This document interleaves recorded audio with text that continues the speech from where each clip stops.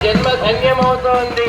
స్వామియే మన కోసమని, మనను అనుగ్రహించడం కోసమని గరుడ వాహనం పైన వేంచేశాడు స్వామిని. ఆ స్వామిని చూస్తే చాలు మనకన్నీ పాపాలన్నీ తొలగిపోతాయి, మన జన్మం ధన్యమవుతోంది.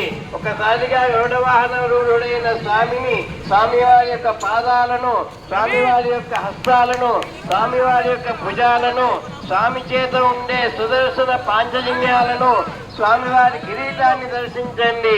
మన పాపాలని తొలగించే సమయం వచ్చింది. స్వామి మన కోసం, మనను రక్షించడం కోసం, మనను అనుగ్రహించడం కోసం, మన కోసమని స్వామి ఆలయం నుంచి బయటికి వచ్చి మన కాలనీలోకి ప్రవేశించాడు. ఒకసారిగా కన్నులారా సేవించి తరించండి. గోవింద గోవింద. మనకు నోరున్నందుకు నామస్మరణ చేయాలి. ఒక్కసారిగా గోవింద అనండి చాలు. గోవింద.